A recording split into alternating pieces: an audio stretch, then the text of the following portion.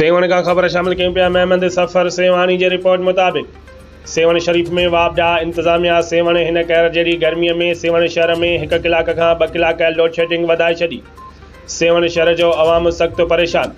जॾहिं त ज़रियनि खां मालूम थियो आहे त सेवण शहर में वापडा सेवण जे कुझु लाइनमैननि प्राइवेट माण्हू रखी उन्हनि खां डायरेक्ट कनेक्शन हणण जो कमु वरितो पियो वञे।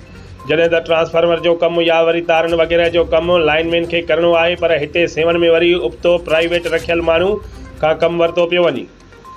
जॾहिं त उन्हनि प्राइवेट माण्हुनि खे ट्रांसफार्मर जे कम जी का बि ॼाण न हूंदी आहे।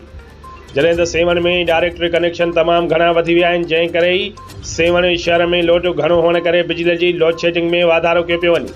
जॾहिं त सेवण शहर में 1 खां 2 कलाक वधीक बिजली बंदि कई पई वञे। सेवण शहर जे अवाम हुकूमत पाकिस्तान जे हेस्को खाते हैदराबाद जे चीफ एग्जीक्यूटिव इंजीनियर कोटड़ी खां घुर कनि था त खुदारा सेवण जे वापडा इंतज़ामिया सेवण जे लाइनमैननि पारां ॾिनल हथ सां डायरेक्ट कनेक्शन जी जांच कराए मुलविस वापडा इंतज़ामिया सेवण जे अमलदारनि ख़िलाफ़ क़ानूनी क़दम खयो वञे ऐं सेवण शहर मां लोड शेडिंग जो आज़ार ख़तमु करायो वञे ऐं प्राइवेट माण्हुनि खे कढियो वञे।